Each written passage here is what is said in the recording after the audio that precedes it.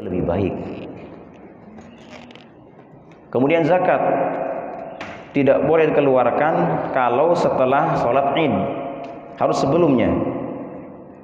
Tapi itu pun kalau kita menunggu orang yang soleh untuk diberikan zakat, maka itu lebih afdol. Artinya apa? Artinya kalau kita bantu orang, lihat dari kesolehannya ini. Semakin soleh orangnya, maka semakin baik. Dan sama pula kalau kita transaksi jual beli, Bapak Ibu. Kalau kita jual beli, baiknya kita beli orang-orang yang soleh. Di antara sekian banyak pedagang atau penjual, manakah mereka yang soleh? Maka beli dagangannya. Kenapa? Karena insya Allah keberkahan ada di situ. Meskipun mahal dibanding yang lain, tapi kalau orangnya soleh, istiqamah, maka insya Allah keberkahan akan selalu bersama kita.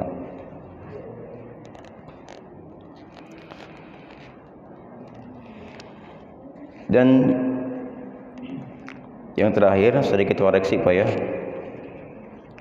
Koreksi dari doa tadi yang dibawa oleh Pak Indra. Ini bukan buat Pak Indra saja, untuk semuanya. Tentang doa untuk ibu bapak kita. Rabbighfirli wali walidayya warhamhuma kama rabbayani shaghira. Bapak jangan tersinggung Pak ya. Ini untuk kebaikan. Kalau kita doa sendiri, Rabbighfirli warhamni, Rabbighfirli wali walidayya warhamhuma kama rabbayani shaghira, ini untuk sendiri. Kalau untuk banyak jamaah, ganti Robbi menjadi Robbana, Rabbighfirli menjadi Robbana gfir lana, Robbana gfir lana, terus wali walidina, terus warham, jangan warhamhuma, kan banyakan. Kalau huma untuk kita sendiri, warhamhuma untuk kebanyakan, warhamhum. Rabbana gfir lana wali walidina warhamhum. Jadi untuk semua orang tua yang mengamini kita, warhamhum. Terus yang ketiga, yang keempat, warhamhum kama. Kalau robbayana itu sendiri robbaya. Naknya betul robbayana, betul naknya. Robbayanya ini salah. Robbaya itu untuk sendiri. Kama robbayani. Tapi kalau untuk banyak kan kama robbauna. Robbau untuk semuanya. Karena kata robbaya ini untuk dua orang, dan itu untuk kita, orang tua kita dua orang. Tapi untuk jamaah banyak, kama robbauna, terus sigar, baru sigar, jangan sogiro. Sogiro untuk sendiri. Kalau sigar jamaah dari sogir. Coba sama-sama, coba. Rabbana fir lana wali walidina warhamhum kama rabbauna shighara. Kalau bahasa Arab dengan bahasa kita beda, jauh berbeda.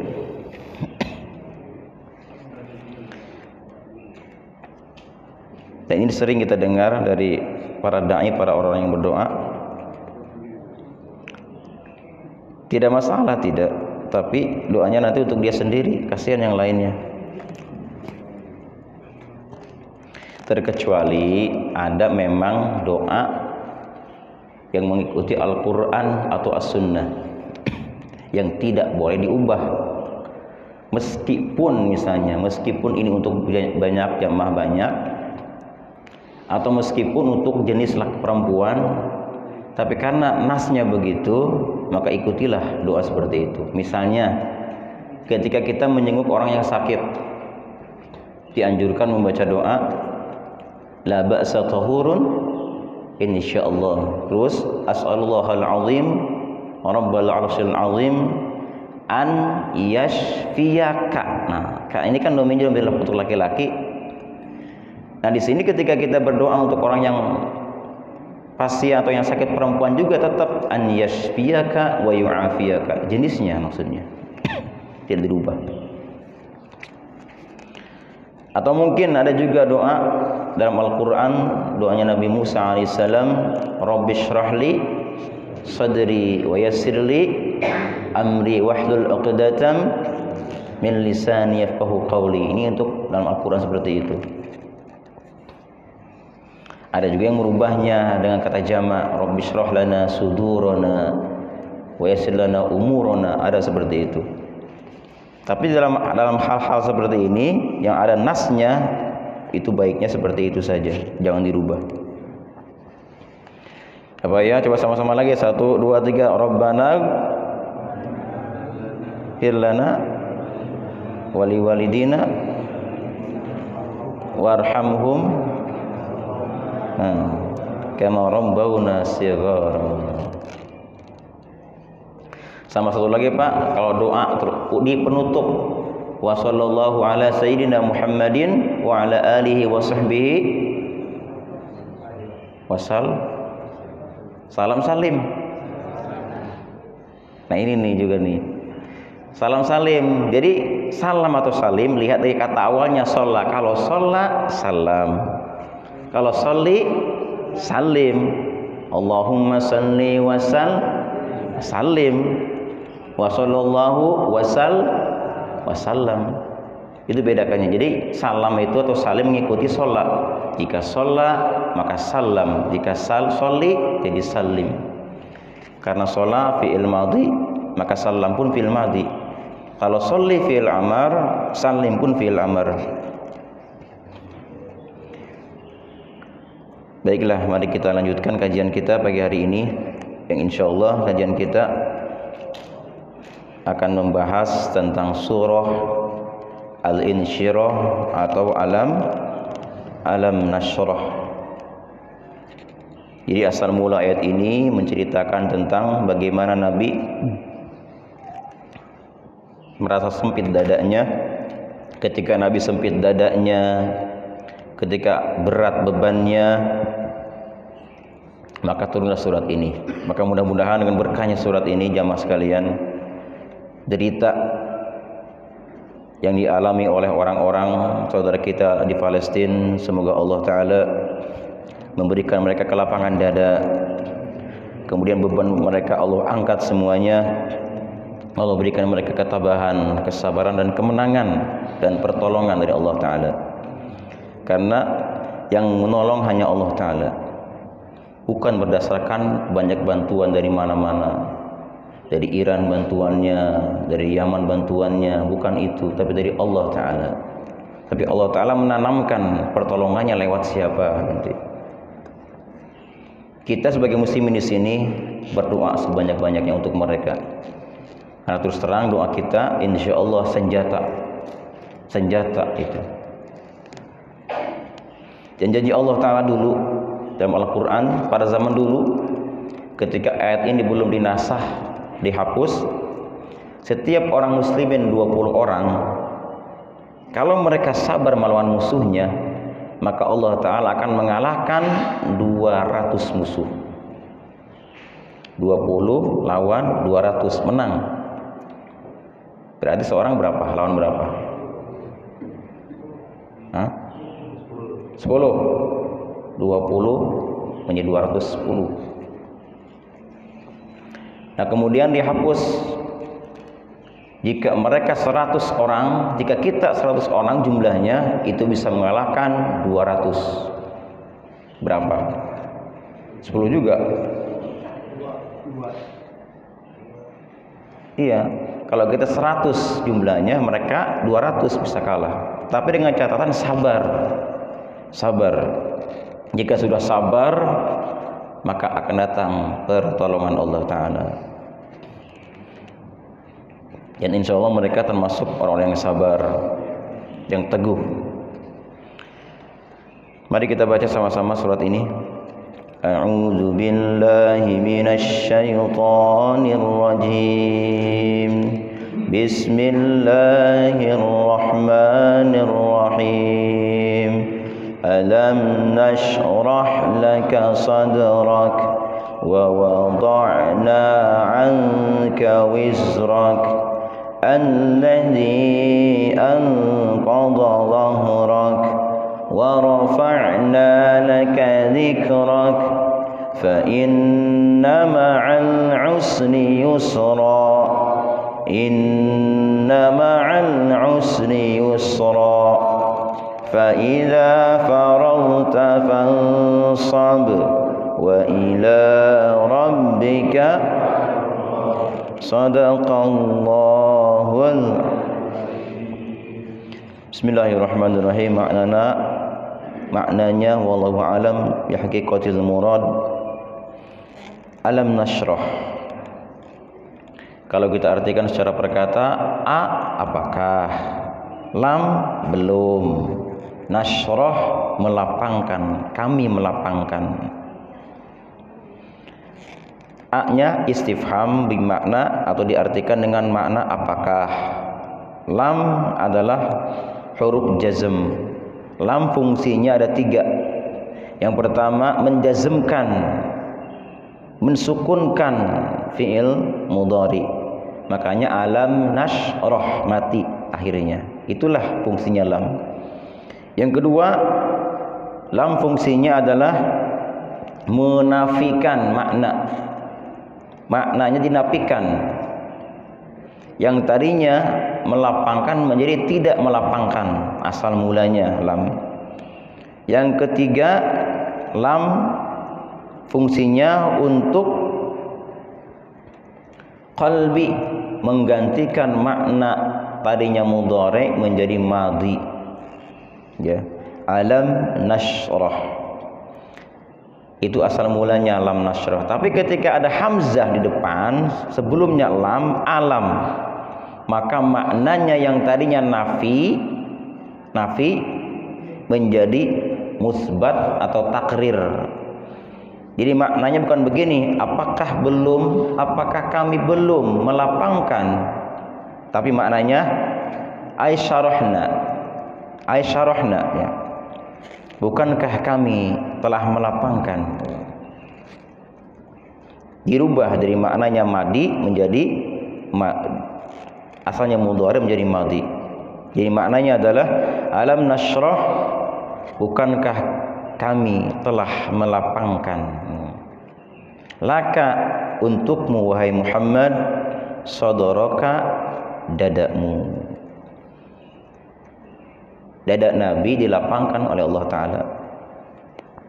Berapa kali Allah Ta'ala lapangkan dada Nabi? Artinya dibelek dadanya, dibelah dadanya, diambil hatinya, dicuci sebanyak 4 kali. Diriwayatkan Jibril alaihissalam pertama membelah dada Nabi ketika beliau di usia 3 tahun, ketika masih diasuh oleh Halimah As-Sa'diyah, sedang tidur, dibawa oleh malaikat Jibril, kemudian dibelah dadanya, diambil hatinya, untuk diapakan? Dicuci, dibersihkan, dan setelah itu diisi dengan ilmu dan iman hatinya itu Nabi. Setelah diisi dengan iman dan ilmu, baru dimasukin lagi hatinya, dipasang lagi, tutup lagi rapat. Ini pertama kali. Yang kedua, apa hikmahnya apa di sini? Hikmahnya adalah liyan sya'a ala akmali halin, agar beliau tumbuh dari usia 3 tahun sampai nanti 10 tahun dalam keadaan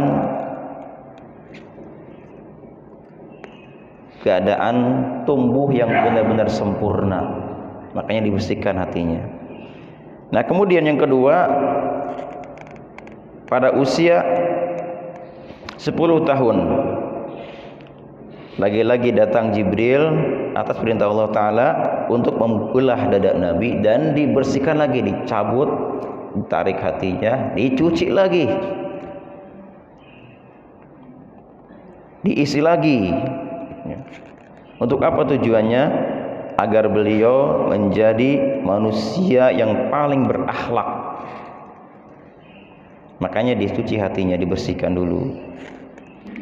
Yang kedua, yang ketiga, ketika Nabi hendak diutus jadi nabi. Jadi usia Nabi ketika 40 tahun sebelum diutus, maka malaikat Jibril kembali membelah dada beliau. Untuk apa tujuannya? Karena dada beliau akan diisi Al-Quran. Al-Quran sangat tinggi, berat ini. Karena berat ini nggak kuat kalau sampai nggak dicuci dulu, dibersihkan dulu hatinya. Takutnya nanti kalau Al-Quran masuk ke dalam hati beliau tidak kuat nantinya. Sama kayak ini Pak, kayak memori Pak ya. Memori kalau tidak kuat tuh, apa namanya, isinya, videonya dia akan blank. Dibersihkanlah hati beliau. Dan yang keempat, di sini kenapa alasannya? Agar beliau mengisi Al-Quran kan, Al-Quran dan ilmu-ilmu agama. Makanya beliau ini subhanallah lautan ilmu, lautan ilmu. Ada seorang sahabat bertanya, namanya Ali bin Abi Thalib, ya Rasulullah, ketika Nabi mengatakan ana madinatul ilm wa aliyun babuha, ada kan? Ana madinatul ilm, aku kotaknya ilmu, kata Nabi. Wa aliyun babuha, Ali pintunya. Kata Ali, ya Rasulullah, kira-kira ilmuku dengan ilmumu seberapa? Berapa persen kalau dilihat atau diukur? Kata Nabi, coba kamu pergi ke laut sana. Datanglah ke laut, dilihat. Kamu lihat di sana ada apa? Ke laut dilihat. Balik lagi. Apa yang kau lihat? Nggak ada apa-apa di laut. Cuman laut terbentang luas. Ada yang dilihat nggak? Ada. Apa? Capung. Tahu capung Pak? Capung. Capung itu ekornya dimasukkan ke dalam laut, air laut. Terus kemudian terbang lagi. Hanya capungnya aku lihat. Ekornya dimasukkan ke air, kemudian dia kipas-kipas pergi. Itulah ilmumu. Ilmumu seperti capung itu, air yang kau ambil dari lautan itu. Kita di mana kita? Kita di mana? Ilmu kita seberapa? Ali saja yang dikatakan pintunya ilmu seperti air yang diambil dari capung itu. Subhanallah. Nah kita. Dan yang terakhir, Rasulullah Shallallahu Alaihi Wasallam dibelah dadanya pada saat beliau hendak melaksanakan Isra wal Mi'raj. Dibelah lagi dadanya, keempat kalinya ini. Kenapa dibelah? Mungkin Quran bisa dibawa, ilmu bisa dibawa, tetapi beliau akan berhadapan dengan Allah Azza wa Jalla, berbicara dengannya. Siapkan mental, siapkan semuanya. Makanya dicuci dulu hatinya. Dan beliau akan melihat Jibril dan lain-lainnya, melihat alam-alam sana. Maka disiapkanlah hati beliau dengan cara dibersihkan dulu. Karena nggak akan ada yang mampu melihat Allah Ta'ala secara nyata, pasti mati gitu. Jangankan Allah Ta'ala, malaikat saja malaikat. Kalau Allah Ta'ala memperlihatkan malaikat asli wujudnya kepada kita, kita akan mati Pak Ibu. Kita nggak akan sanggup. Makanya mereka berwujud seperti manusia biasa kan. Kadang-kadang jadi kakek-kakek, kadang jadi siapa, nggak pernah melihatkan tampakan asli wujudnya. Karena kita nggak akan sanggup melihat mereka. Apalagi Allah Ta'ala. Nah inilah maknanya di sini, makna alam nashrah laka sadrak. Bukankah kami telah melapangkan dadamu Muhammad?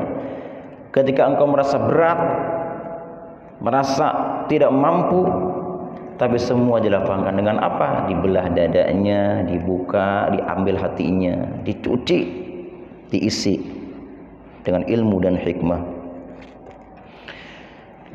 Nah berikutnya, wa wada'na 'anka wizrak, dan kami hilangkan, lenyapkan, anka jauh darimu. Anka bermakna budi ya. Jadi an itu anka, ada an huruf jar, itu bermakna budi sebagian. Jangan salah Bapak, kalau kita melihat ada satu tebak-tebakan, Man tawadda'a an baulil kalbi wal khinzir sahha wudu'uhu. Biasanya an mananya apa? Dari kan? Nah, kalau kita perhatikan tebak-tebakan ini, man tawadda'a, barang siapa berwudu, an baulil kalbi wal khinzir, dari air kencing babi dan anjing, maka sah wudunya. Bener enggak? Barang siapa berwudu dari air kencing anjing dan babi, maka sah wudunya, gitu. Makanya kan tadi dikatakan an itu diartikan dengan makna budi, jauh. Artinya siapa berwudu menjauhi itu air kencing anjing dan babi, maksudnya dengan air biasa yang mutlak, maka sah wudunya. Termasuk ini juga Allah lenyapkan, Allah cabut, Allah hilangkan anka, jauh darimu Muhammad, wizroka, bebanmu, alladzi anqadha, yang telah memberatkan, zahroka, punggungmu. Artinya Allah Ta'ala telah mencabut semua beban beliau yang memberatkan punggungnya. Maknanya apa di sini? Sebagian mufassir mengartikan, artinya Allah lenyapkan dari Muhammad dosa-dosa umatmu. Ternyata Nabi ketika umatnya berdosa, umatnya kafir, beliau bukannya senang, sedih tiada tara. Penderitaan kita itu penderitaan Nabi. Jadi apapun yang dirasakan umatnya, derita mereka, Nabi juga menangis. Tidak seperti kita, ya. Nabi itu subhanallah, azizun alaihi ma'anitum, terasa berat beban yang kalian rasakan. Dan bahkan saking beliau sayang kepada umatnya, di akhir hayat beliau berkata, ya Allah, rasa nyeri, rasa pedih sakaratul maut ini semua umatku bebankan kepadaku, kata Nabi.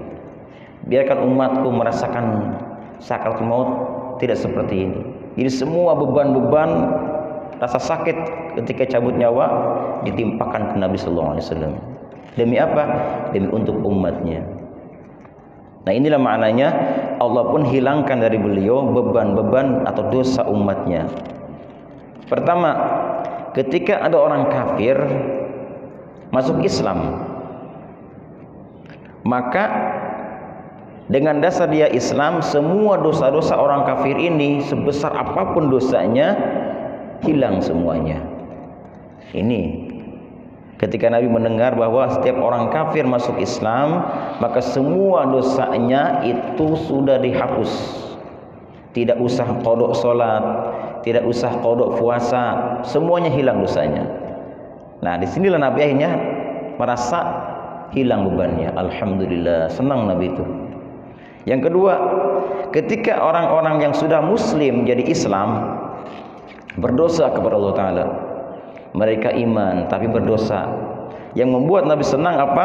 Meskipun mereka berdosa, ketika bertobat, dimanapun tobatnya, maka Allah ampuni dosanya. Akhirnya Nabi merasa ringan bebannya. Dan bahkan ketika mereka tidak sempat bertobat pun, di hari kiamat ada yang namanya syafaat. Ada lagi syafaat. Makanya Nabi merasa ringan bebannya. Yang kedua yang dimaksud di sini asqalun nubuwah wa tabligh. Jadi ketika Nabi merasa berat beban untuk menyampaikan risalah kepada umat, berat menjadi seorang nabi, karena ketika beliau di awal-awal berdakwah itu berat baginya. Bagaimana ketika aku berdakwah kepada keluargaku, cacian-cacian mereka, hinaan-hinaan mereka, belum lagi yang lain-lainnya.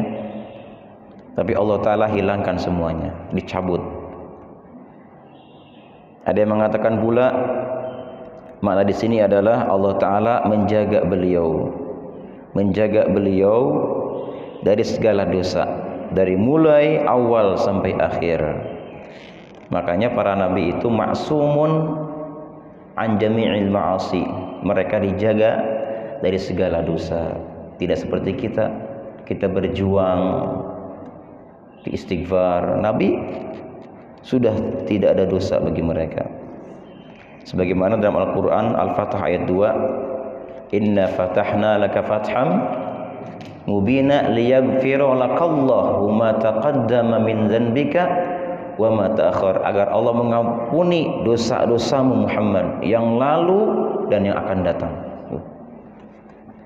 Tetapi Nabi meskipun demikian tetap tidak pernah meninggalkan istighfar. Bayangkan, Allah hapus dosanya tapi nggak pernah lepas dari istighfar. Minimal 70 kali, bahkan 100 kali istighfar Nabi itu. Astagfirullah, astagfirullah, bayangin aja. Tiap sholat istighfar. Bahkan malam tahajud sampai bengkak kakinya. Ditanya oleh Aisyah, ya Rasulullah, kenapa anda beribadah segitu beratnya ya Rasulullah? Bukankah Allah ampuni dosa-dosamu? Kata Nabi, afala akunu abdan syakura. Inilah bentuk syukurku kepada Allah Ta'ala. Saya tanya nih Pak nih, kalau misalnya Bapak lagi ibadah Pak nih, sholat malam, Allahu Akbar, habis sholat ada yang ngomong misalnya, wahai fulan, Allah hapus dosa-dosamu yang lalu dan yang baru, jadi nggak usah ibadah lagi. Kira-kira Pak mau ibadah lagi nggak? Surga sudah menantimu. Jadi untuk apa ibadah? Allah hapus semua dosamu, meskipun kau berdosa, nggak ada dosa bagimu. Kira-kira Bapak mau lanjutin ibadah apa mau berhenti saja? Sudah, kalau kita kan lain lagi. Alhamdulillah ya Allah, langsung di WA group, sampaikan di WA group. Nah, tadi malam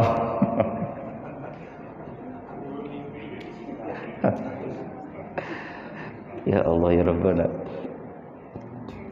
Makanya kita mesti membedakan ini suara jin apa suara malaikat ini.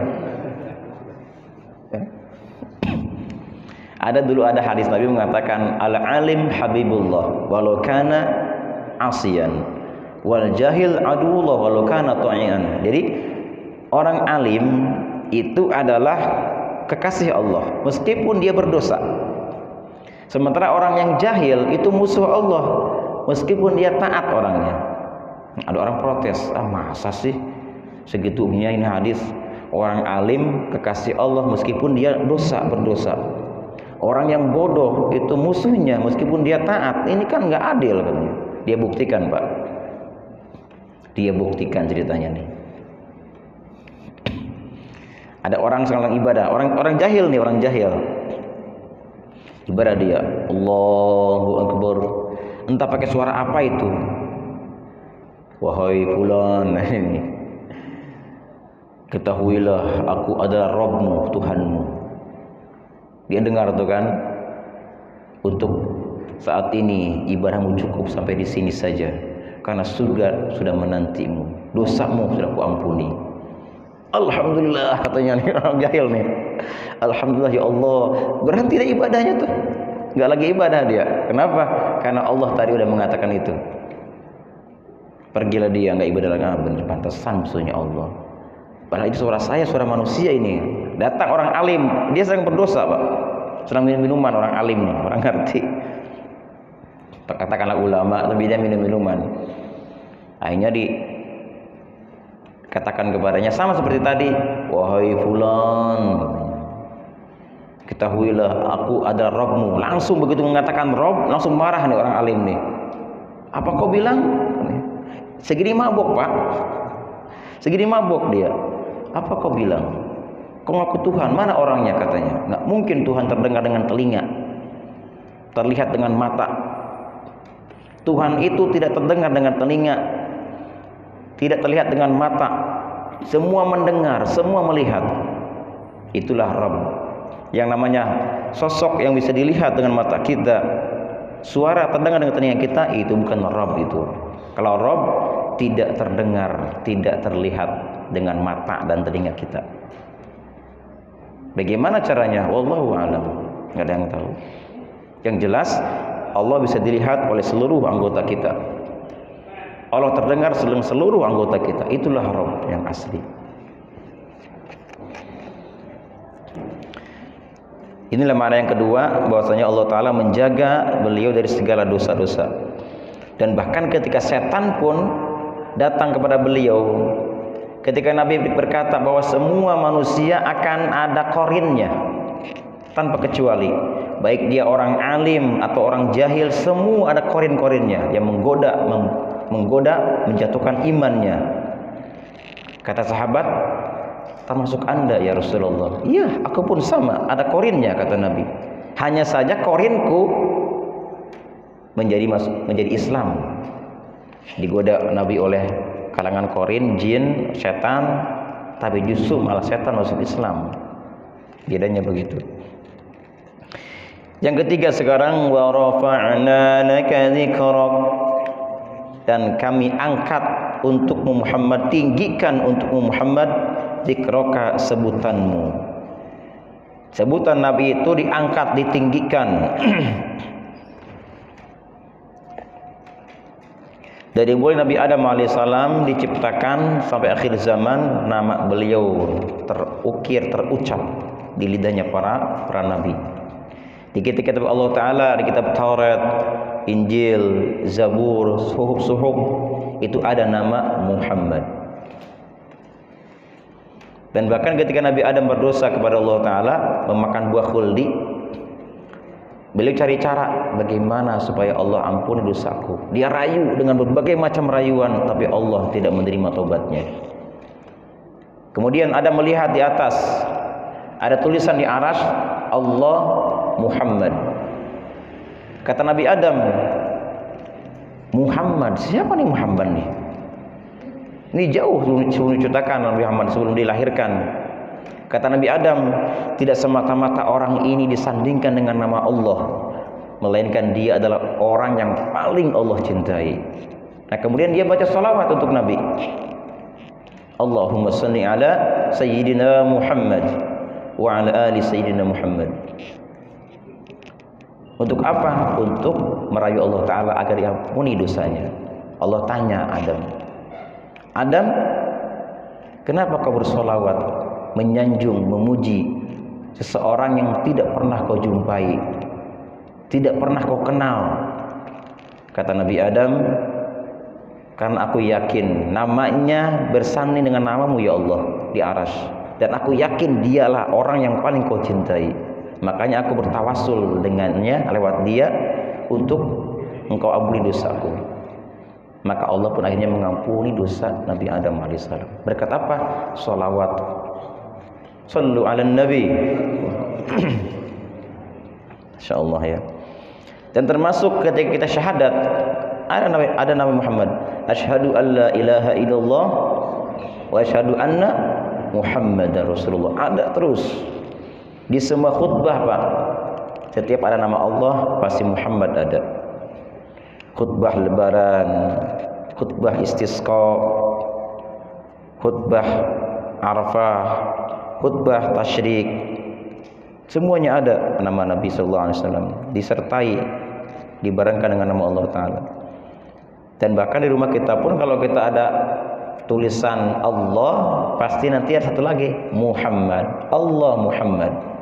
Itulah makna wa rafa'na laka dzikrak, kami tinggikan sebutanmu Muhammad.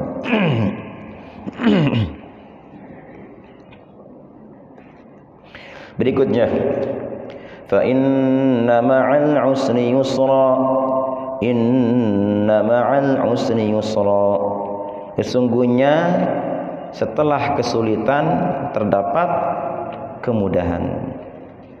Ma'a di sini artinya ba'da. Sesungguhnya, bukan begini, sesungguhnya bersama kesulitan ada kemudahan, bukan, tapi setelah kesulitan ada kemudahan. Lantas kenapa menggunakan kata ma'a di sini? Tidak langsung fa inna ba'dal usri? Karena kesulitan itu ketika datang kepada kita itu ma'a, tidak lama pokoknya, pasti akan ada yusra, kemudahan. Tidak usah nunggu lama Bapak Ibu. Kita kesulitan, tidak lama datanglah kemudahan. Makanya ma'a yang biasanya artinya bersamaan gitu. Tidak lama insya Allah. Perhatikan di sini Pak. Ini ayat ini kan 2 kali diulang ya. Ada kata usri 2 kali disebutkan, yusra 2 kali disebutkan. Dalam kaidah bahasa Arab, apabila 2 kalimat disebutkan sama, perhatikan apakah ada alif lamnya atau tidak. Kalau ada alif lamnya, seperti yang pertama, fa inna ma'al usri yusra, inna ma'al usri. Kata usri itu diulang 2 kali dan dua-duanya ada alif lamnya, betul? Nah, berarti usri yang pertama dan yang kedua itu juga. Sesungguhnya kesulitan yang pertama, yang kedua sama aja. Tapi perhatikan kata yusra. Fa inna ma'al usri yusran, tidak beralif lam. Ini pun 2 disebutkan. Fa inna ma'al usri yusran, inna ma'al usri yusra. Maka kemudahan yang pertama dan yang kedua itu berbeda. Berbeda. Artinya apa? Kita mendapat satu kesulitan dari masalah kita, maka kemudahan datang untukmu 2. 1 di dunia, 2 di akhirat. Atau 1 di dunia yang mungkin kemudahannya beda dengan yang datang lagi yang lainnya. Artinya ketika seseorang dapat kesulitan, maka akan datang bermacam-macam kemudahan untuk kita semua. Ketika datang surat ini, Rasulullah SAW berkata kepada sahabatnya, abshiru, wahai sahabatku, gembiralah kalian. Qad ja'akumul yusr, telah datang kepada kalian kemudahan. Lan yagliba usrun yusrain, satu kesulitan tidak akan pernah mengalahkan 2 kemudahan. Seandainya, kata Nabi, seandainya kesulitan masuk ke dalam satu batu, maka kemudahan akan mengalahkannya dan dia akan masuk ke dalam batu tersebut. Seandainya. Kenapa? Karena satu kesulitan tidak akan mungkin mengalahkan 2 kemudahan. Masya Allah ini. Ya, oleh karena itu di sini Pak, surat ini termasuk surat yang berkhasiat gitu. Jadi inti dari surat ini khasiatnya apa? Ayat ini, fa inna ma'al usri yusran, inna ma'al usri yusra, ini khasiatnya di sini ada. Nanti kita bahas terakhir ya, khasiat kalau dibaca surat ini. Berikutnya, fa idza faragta fansab. Fa idza faragta, apabila kamu sudah selesai. Dari apa? Dari salat. Fansab, maka bersungguh-sungguhlah untuk melakukan doa. Artinya berdoalah kepada Allah Ta'ala setelah salat. Anjuran buat kita, kalau habis sholat berdoa. Di antara doa makbul adalah berdoa setelah sholat fardu. Mana kedua, fa idza faragta, apabila kamu telah selesai dari sholat fardu, maka fansab, lanjutkan nanti qiyamul lail. Itu mana kedua. Yang ketiga, fa idza faragta, apabila kamu telah selesai dari tahiyat, maka fansab, maka berdoalah untuk dunia dan akhiratmu. Jadi kalau kita selesai tahiyat Pak ya, kan di akhirnya fil alamin innaka hamidum majid, ini tahiyat akhirnya nih. Nah, fansab, lanjutkan doamu baik dunia atau akhirat. Biasanya kita baca Allahumma inni a'udzubika min azabil qabri wa min azabi jahannam, terus wa min fitnatil mahya wal mamati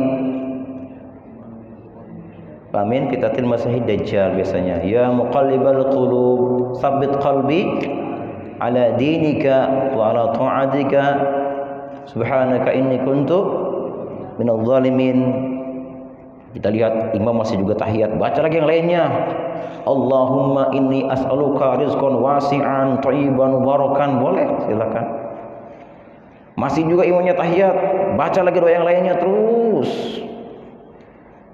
Lama banget imam, ternyata meninggal dunia misalnya. Udah assalamualaikum udah. Ini mana yang kedua?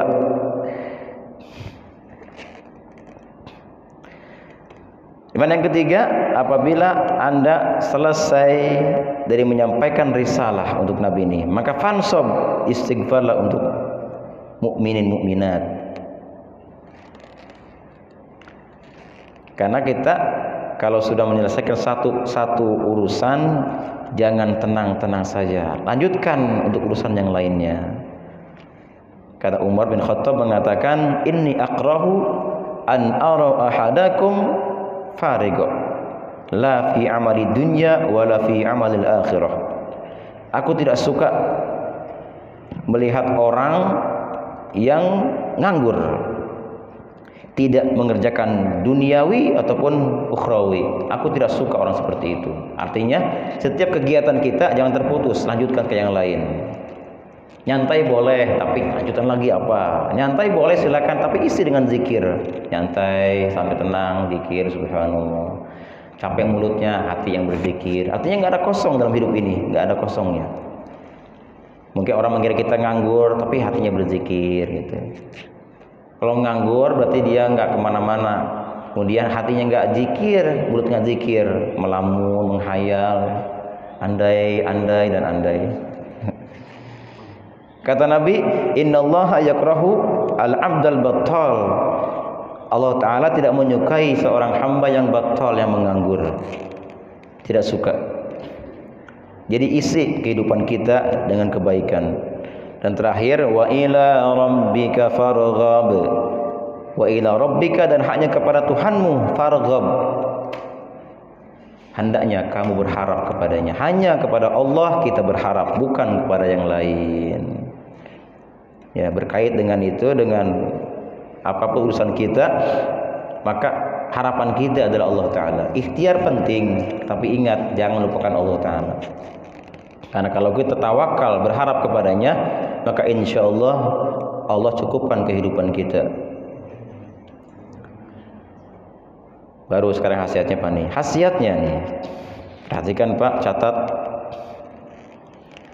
Disebutkan oleh para salihin, man katabaha fi ina'in menjuzaz.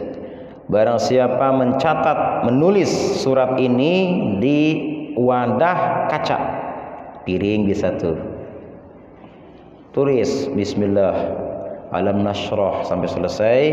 Nah kemudian wa mahaha bima'i wardin wa syaribaha. Terus si airnya si tulisan tadi dilebur dengan air. Lebih baik Zam-Zam Pak. Zam-Zam kalau baik. Zam-Zam misalnya ini nggak ada Zam-Zam, air biasa. Setelah dilebur dengan air tersebut, minum. Maka rasa sedih Anda, duka cita Anda, sempit dada Anda akan hilang seketika insya Allah. Buktikan saja nanti. Bingung kita, pusing, masalah-masalah ini itu. Istri tagihannya banyak, kreditnya misalnya. Kita masalah keluarga, masalah tetangga. Coba itu. Yang kedua sekarang, kalau tidak ada kaca, wadah kaca, maka coba sekarang tulis di wadah apapun surat ini. Kemudian lebur dengan air, kalau bisa Zam-Zam, diminum airnya. Dan subhanallah ini bagus untuk hafalan dan kecerdasan. Kalau bisa diminumnya sebelum makan, pagi-pagi bangun tidur, atau kita habis puasa nanti pas bukanya itu minum tuh. Al-Masya, misalnya kita lagi menghafal Al-Quran, atau ingin kita punya kecerdasan, atau anak kita lagi sekolah, supaya cerdas mereka semuanya. Nah kita tulis Al-Nasrah untuk anak-anak kita, untuk keluarga kita semuanya, agar cerdas semuanya, kuat hafalannya. Yang ketiga, barang siapa yang merutinkan membaca surat ini setiap sholat fardu sebanyak 10 kali, maka Allah Ta'ala akan mudahkan baginya rezeki, dan Allah mudahkan baginya untuk melaksanakan ibadah. Jadi tidak malas ibadah, rajin ibadahnya, dan Allah pun akan mengabulkan segala hajatnya. Masya Allah. Rutinkan setiap sholat 10 kali surat ini. Kalau belum 40 hari belum rutin namanya. Kalau sudah 40 hari baru namanya rutin istiqamah. Dirasakan Pak setelah 40 hari, Masya Allah. Ada juga terakhir, orang punya hajat tertentu, cobalah sholat 2 rakaat, wudu yang baik, kemudian sholat 2 rakaat, sholat yang baik juga, terus duduk menghadap kiblat, istighfar yang banyak, lalu baca surat ini sejumlah hurufnya. Berapa hurufnya? 150.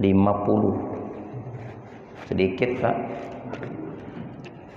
Habis sholat baca surat ini berapa?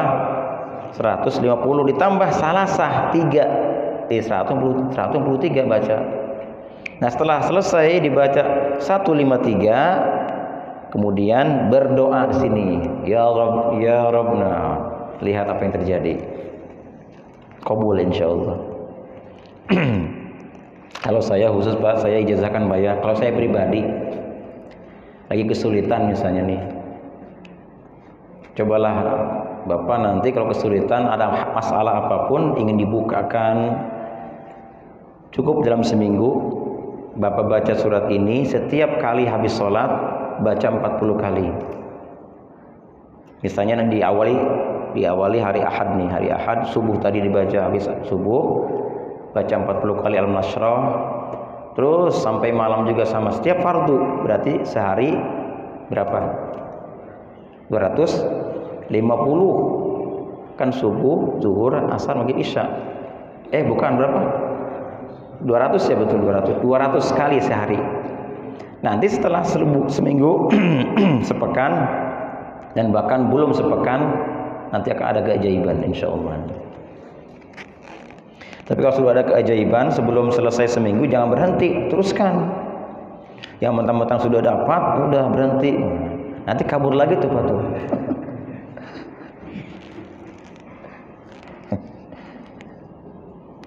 Ini bagaimana masalah khasiat ini? Apakah ada dalilnya? Apakah ada Qur'annya, hadisnya? Nggak ada secara detail seperti ini, nggak ada. Tapi kalau secara umum ada. Bapak buka coba surat Ar-Ra'd ayat 31. Allah mengatakan di sini, walau anna Qur'anan sayurat bihil jibal. Seandainya ada satu bacaan yang dengannya gunung-gunung bisa jalan, kemudian bumi terbelah, dan bahkan yang mati bisa bicara, maka itulah Al-Qur'anul Karim. Coba bayangkan, gunung bisa jalan, adakah bacaannya? Bumi terbelah, adakah bacaannya? Yang mati bisa ngomong, adakah bacaannya? Apa? Al-Qur'anul Karim. Nah, ini adalah hasil tajribah para ulama-ulama yang telah membuktikan inilah hasilnya. Seperti itulah. Ada yang menghitung dari hurufnya, ada yang menghitung dari hari kan 7 dibaca 7. Ada yang menghitung dari apa? Jumlah nabi berapa? 124.000. Ada dari jumlah Rasul 313 dan sebagainya. Ini rahasia-rahasianya. Mudah-mudahan Allah Ta'ala memberikan kita kemudahan dalam segala urusan berkat membaca doa ini, berkat menjelaskan tafsiran surat ini. Amin ya rabbal alamin. Selebihnya silakan jika ada yang mau ditanyakan.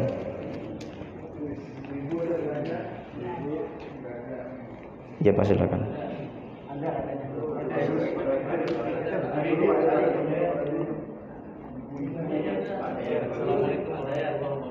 Waalaikumsalam.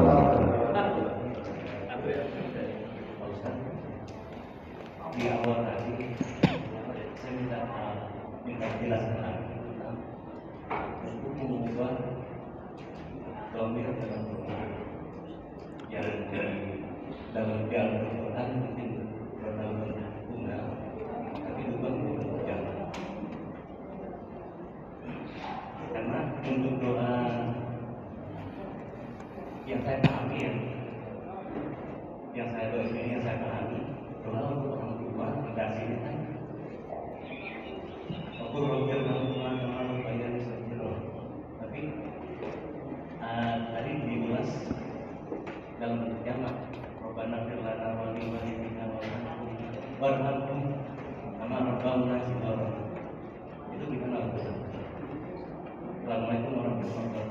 Waalaikumsalam warahmatullahi wabarakatuh. Tahu sedikit terkait dengan ayat tadi. Itu kan sering juga ketidak dan tidak berubah kalau itu adalah kaitan Quran sering dapat dipikir dia akan dulu baru akan Islam. Itu teman saya. Waalaikumsalam warahmatullahi wabarakatuh. Betul. Di Al-Quran surah Al-Isra ada ayat wa qur rabbik, apa awalnya itu, wa qada rabbuka alla ta'budu illa iyyah, terus kemudian wa qur rabbirhamhuma kama rabbayani shaghira. Ada ayat mengatakan rabbirhamhuma kama rabbayani shaghira. Di sini kan untuk doa pribadi, rabbighfir rabbirhamni kama rabbayani shaghira. Ya Allah, rahmatilah kedua orang tuaku seperti mereka menyayangiku ketika masih kecil. Baik. Yang kedua, ketika kita salat sendirian, dalam Al-Fatihah kita membaca iyyaka na'budu wa iyyaka nasta'in dengan dhamir jamak. Termasuk kita salat sendiri tapi bacanya ihdinas siratal mustaqim. Sendirian kita padahal. Tapi di sini dianjurkan ihdina, membaca ihdina jamak. Kenapa hikmahnya di sini? Nah, untuk masalah-masalah doa-doa yang kalau misalnya Bapak mengambil Al-Qur'anul Karim, di Al-Qur'an tidak ada sebutan-sebutan tentang Rabbighfirli, tidak lengkap. Sebagian diambil Rabbirhamhuma kama rabbayani shaghira. Tidak selengkap doa yang biasa kita baca, Rabbighfirli wali walidayya. Nah, kalau tidak lengkap seperti ini maka ini boleh diubah, silakan. Nah, andai kan Bapak tidak mau merubah karena sesuai dengan Al-Qur'anul Karim misalnya Bapak tidak merubah tapi dengan tujuan apa? Tujuannya memang untuk jamak keseluruhan, tapi bacanya itu pribadi sendiri, bacaannya secara bacaan teksnya. Seperti bacaan Rabbi shrah li sadri wa yassir li amri, kita tujuannya untuk bukan pribadi tapi untuk semuanya niat kita, maka itu silakan saja. Yang penting hati kita dipasang ketika baca ayat seperti ini, meskipun tidak jamak tapi mengikuti nas Al-Qur'anul Karim. Tidak berniat untuk pribadi tapi untuk umum, meskipun memang bentuknya dari mufrad. Nah, kaitan dengan bentuk jamak yang dibaca sendiri seperti iyyaka na'budu wa iyyaka nasta'in ihdinas siratal mustaqim, tidak seperti ini. Iyyaka a'budu wa iyyaka asta'in. Ihdinis siratal, enggak ihdina, ihdinis. Mestinya ihdina, mestinya ihdina. Mestinya ihdini kan sendirian, tapi dibaca ihdina. Nah, ini bentuk jamak seperti ini. Hikmahnya apa? Karena ternyata ketika orang berdoa meskipun sendirian tapi menggunakan kata jamak, ini termasuk doa yang mustajab. Dan ternyata kita tidak sendirian. Kita punya anak, kita punya orang tua, punya istri. Nah, ketika kita baca ihdina, maka mereka pun kebagian. Meskipun kita sendirian sholatnya sebetulnya. Hikmahnya apa? Hikmah diantaranya adalah kalau kita berdoa, cobalah gunakan kata jamak. Maka insya Allah doa kita makbul. Ya. Kalau yang tadi kaitannya, kalau kita baca misalnya ayat Al-Qur'anul Karim mufrad bentuknya, tapi diamini oleh orang banyak, kita niatnya adalah untuk mereka.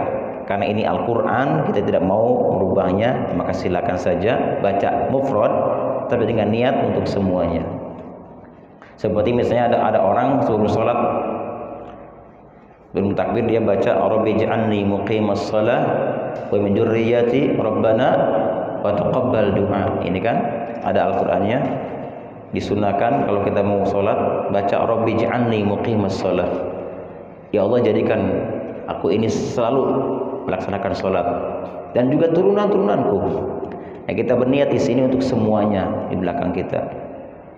Makanya di sini ada Rabbana wa taqabbal du'a, bukan Rabbi tapi Rabbana wa taqabbal du'a. Itu di antara rahasianya. Tapi ada sebagian juga yang bisa merubah.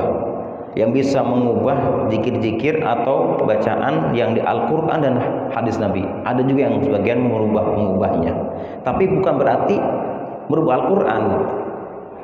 Namanya iktibas. Jadi menyalin kita baca doa, sumbernya Al-Quran, cuman diubah bentuk jamaknya. Ada yang membolehkan juga. Misalnya doa tadi, Rabbi syrahli, kita ganti dengan Rabbana syrah lana sudurona. Jadi sadri di sudur, sadri mufrad, sudur jamak. Rabbana dari Rabbi Rabbana. Ini sebagian mengatakan demikian, tapi dengan tujuan, lagi-lagi tujuannya bukan mengubah Al-Quran, bukan, tapi iktibas, mengkopi bacaan dari Al-Quranul Karim dibentuk jamakan. Ini pun dibolehkan. Jadi boleh-boleh saja masalah ini. Yang penting tujuannya adalah hati kita apa niatnya.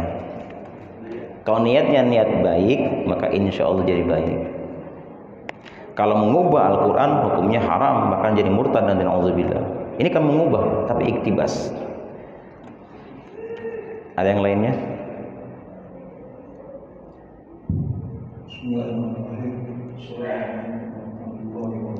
Waalaikumsalam. Sebelumnya saya mengucapkan terima kasih atas pencerahannya hari ini dan keberkahan kita hidupnya dalam menempuh agama. Saya tertarik dengan penyampaian Ustaz tadi yang menyatakan bahwa orang berilmu itu memang beda dengan orang bodoh. Yang jadi pertanyaan yang menggelitik saya, sebetulnya yang menentukan kebodohan sama menentukan keilmuan kita sendiri, atau memang sudah ada garisan dari Allah Subhanahu wa Ta'ala gitu. Maksudnya begini,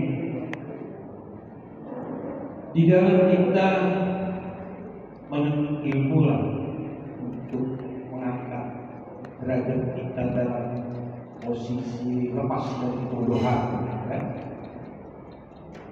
Yang jadi masalah bagi kita orang yang awam ini, udah terlanjur fanatik, kita udah gak mau dengar lagi ilmu yang dari yang lain, gitu. Ya kan? Jadi kita terjebak di dalam paham yang seolah-olah paham orang lain itu mengarah ke sesat, masuk neraka. Jadi ini adalah kajian yang memang butuh pencerahan agar memang kita lepas dari kebodohan. Itu tujuannya di sana sebetulnya.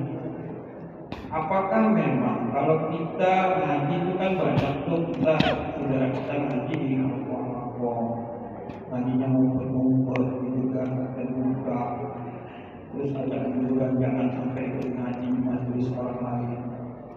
Apakah itu menunjukkan kebodohan atau memang menunjukkan bahwa dia punya ilmu yang lebih tinggi? Oke, sementara itu aja. Assalamualaikum warahmatullahi wabarakatuh. Waalaikumsalam warahmatullahi wabarakatuh. Bapak, kadar ilmu kita kalau tidak dimuzakarahkan, tidak didiskusikan, maka tidak akan terlihat seberapa tinggi ilmu kita. Orang cari ilmu mungkin dari SD dia sampai kuliah, tapi nggak kemana-mana, itu aja. Pasti dia merasa aku orang yang alim, gitu kan. Di tempat inilah aku jenderalnya, komandannya. Coba Anda keluar cari wawasan atau bicara dengan ahli ilmu lagi, maka kadar ilmu Anda akan diketahui. Hayatul ilmi bil muzakarah. Jadi ilmu sepanjang tidak pernah dimuzakarahkan, diskusikan dengan teman-temannya, teman-teman ahli ilmu lagi, maka ilmunya akan mati. Ada sebuah syairan, idza lam yuzakir dzul ulum, apabila seorang ahli ilmu tidak mau muzakarah, tidak mau diskusi, walam yantafi ilman, dan tidak mau dimanfaatkan ilmunya, nasiya ma ta'allama, maka pelajarannya akan lupa.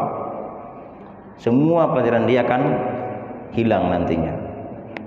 Kemudian wakam jamil kutbi, dan begitu banyak orang yang menghimpun segala macam kitab-kitab. Dia hafal kitab ini, hafal kitab itu, tetapi lagi-lagi tidak mau muzakarah, diskusi dengan yang lainnya. Maka yazidu fi ayami ama, maka dia akan bertambah kebutaan. Bukan tambah-tambah ilmu, tapi tambah buta nantinya. Jadi masalah orang ditentukan berilmu tidaknya, sepanjang dia tidak mau muzakarah dengan yang lain, maka akan seperti itu ilmunya, merasa sombong terus. Nah, ketika dia coba diskusi dengan orang lain yang mungkin dianggap olehnya salah, mungkin kamu tuh salah, kamu tuh sesat, kamu tuh apa, coba diskusi dulu dengannya. Jangan langsung ujug-ujug mengklaim orang itu salah, sesat. Coba datangi orangnya baik-baik, diskusi. Ayo, mana dalilmu? Keluarkan. Muzakarahlah. Muzakarah artinya apa? Berdebat, tapi tujuannya untuk memperlihatkan hak, bukan mencari pembenaran, tapi mencari kebenaran. Manakala ada satu di antara keduanya ternyata lebih unggul, lebih kuat hujahnya, maka dialah yang kita ambil ilmunya. Itu yang betul, bukan cari pembenaran. Sudah tahu kita salah, cari alasan lain, cari dalil-dalil lain untuk menutupi kesalahan kita. Ini tidak benar. Itu bukan muzakarah, tapi mujadalah namanya. Ngajak ribut itu. Jadi muzakarah itu bukan seperti itu. Orang-orang dulu ketika ini pendapatnya ini pendapatnya ini, dikumpulkan. Coba dikumpulkan. Masing-masing mengeluarkan hujahnya. Ini hujahnya apa? Nah, ketika ada satu yang unggul, yang benar, mereka menerima. Itu yang betul. Jadi masalah kita alim atau tidaknya, yang menyebutkan alim itu bukan kita, tapi orang alim lagi. Kalau ada orang alim mengatakan si fulan itu alim, berarti dia alim. Kalau ada orang bukan alim mengatakan itu orang alim luar biasa, tapi bukan orang alim, itu nggak sah alimnya, nggak sah. Jadi yang mengatakan alim itu alim lagi, sama seperti wali. Ada yang mengatakan si fulan wali, masya Allah waliullah itu. Yang ngomong bukan wali, nggak sah itu. Tapi kalau wali mengatakan itu orang hati-hati itu, ini orang wali mengatakan itu si fulan wali, berarti benar dia wali. Sah baru namanya itu. Jadi apapun yang terjadi di dunia ini, ketika kita menyatakan seseorang dengan sebutan apa, maka lihat yang ngomongnya siapa. Kalau dari kalangan orang yang sama, berarti dia insya Allah orang yang disebutkan itu sesuai dengan sebutannya. Gitu Pak. Baik Bapak Ibu, sudah jam 6 lewat ya. Mari kita tutup kajian kita dengan pembacaan Alhamdulillah subhanakallahumma wa bihamdika asyhadu an la ilaha illa anta astaghfiruka wa atubu ilaik. Assalamualaikum warahmatullahi wabarakatuh.